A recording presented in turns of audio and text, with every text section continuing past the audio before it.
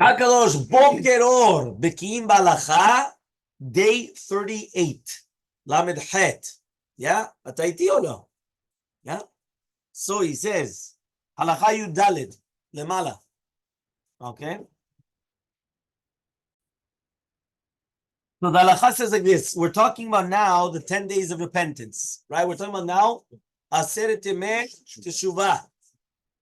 So from Rosh Hashanah through Yom Kippur, we say the pasuk of Hashem hu Elokim, Hashem hu Elokim 2 times before Hashem Melech.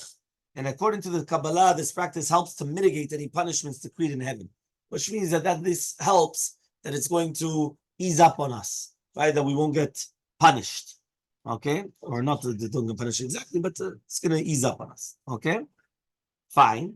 Next, 15, okay? Tidvav. The verses of Hashem Melech and Vayashem Melech HaKol Haaretz, right, must be recited while standing, okay? So you have to say it while standing up.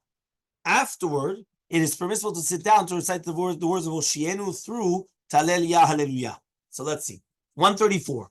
Shibule Aleket. He wrote that we stand up in order to emulate the angels. I mean, just like the angels are standing, obviously, because they're always standing. So therefore, we emulate them, who declare this verse standing up. Okay, he added that on weekdays, people did not stand up for this portion of prayer since they needed to hurry up to work. Okay, so he says, I don't challenge this explanation, for the act of standing up does not take time. What does that mean? No, don't stand up. Why? I need to lavod. What's the connection? So he says, the Od Yosef Chai also stated that we stand up in order to emulate the angels, but he pointed out that the angels do not stand up specifically for this because they never sit down. They're always standing. They cannot bend their legs, right? Just like they taught in Tilim, in Chagiga, Natati lachem malachim, right? Natati lachem malachim ben ha'omdim ha'ele. So therefore, they are always ben ha'omdim. They are always standing angels. Okay. Fine. 135 says the words of Shara Kavanot are afterwards he sits. The Kaf HaChaim Sofer explained that this does not mean that he's obligated to sit, but only that he may sit if he wishes to. According to the Pri Chadash, we are supposed to stand while saying these psukim, following Hashem Melech.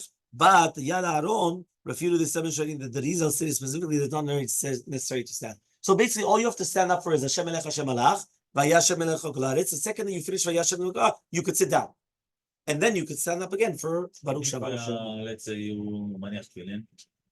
בישיבה. זה מה, ואתה באמצע? פתאום אומרים... Okay, one second.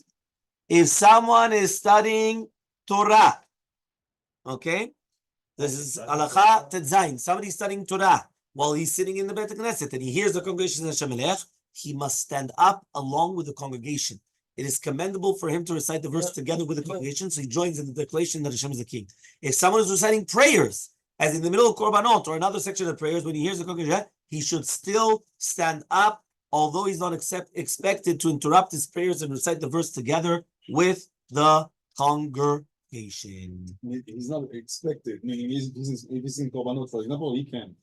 No.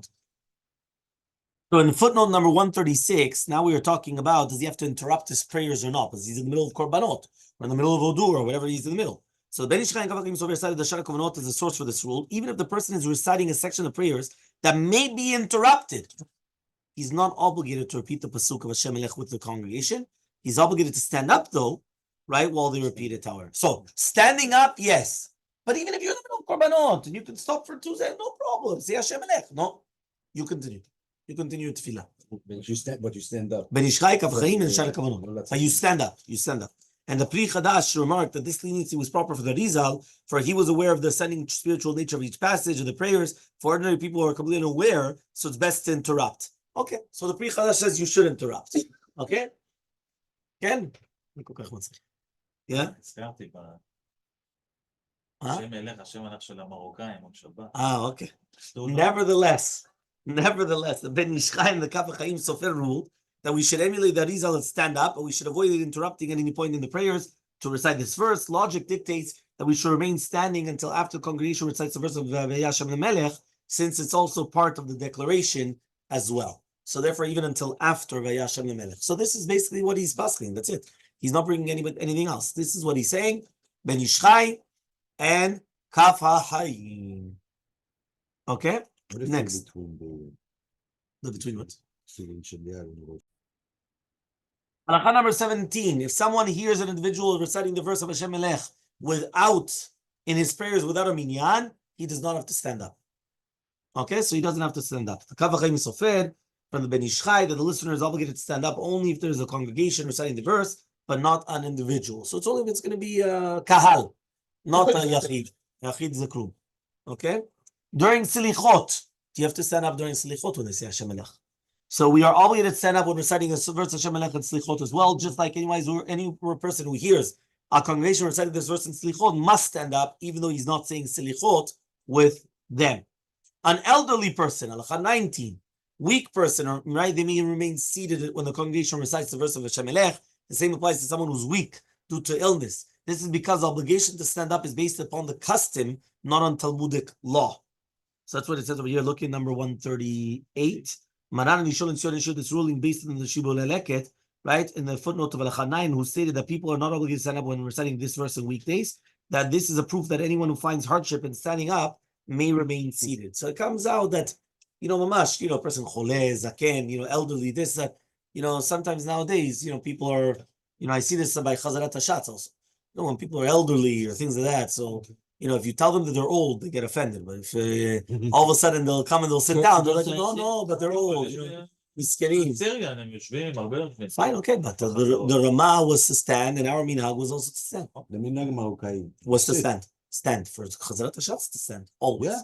Always. Doesn't exist sitting there. Chazarat Hashatz. Always standing. Yeah. Chazarat Hashatz also of Kippur. חזרת השץ במנחה? לא, זה לא היה מנהג של כולם, זה היה כמה מהם. Yeah. And even some Ashkenazim also, but it's not, but technically the Ramah brings down to stand. So it should be standing. Yes. Yeah. So fine. This is now during Akafot, when the congregation recites Hashem Melech and Simchat Torah after each Akafah, there's no obligation to stand up. This is because the practice of reciting this verse is a relatively recent innovation, and it does not exist more than a few centuries ago. Okay? During the Akafot, when the Torah scrolls are being carried out, however, everyone must remain standing, even those who are elderly or weak. It is permissible to sit down between Akafot, even if people are holding the Torah in their hands, since they're not standing in one place and not marching around. So it comes out very interesting. That means a lot of people make this mistake. On Simchat Torah, you'll see people, they come and they're sitting the entire time. No. When the Torah is going around, they have to stand. It's only when they're standing in one place, that's when they could come and they could sit down. No more seats. Push the seats. They push the seats to the side. No, but there are seats. So he says here, 139. This is the ruling of the Ben Ish Chai. Manan challenges, since even someone who's not participating in the Akavot must remain standing, as long as the Torah scroll is carried out. Right? So he says, if so, there's no situation where people can remain sitting the entire time. Everyone must stay standing. Perhaps we can reconcile this based upon the words of the Shalom Ben Orbach. The Shalom Ben Orbach noted that it's common to find elderly people who cannot remain standing the entire kafot, but they don't want to leave the synagogue in order to sit down. So he said that since the common practice is to carry the Torah scrolls through the synagogue all through the period of that kafot, the entire synagogue is considered the place of the Torah scrolls. Therefore, it is as if the Torah scrolls are being held in one place and not being carried out.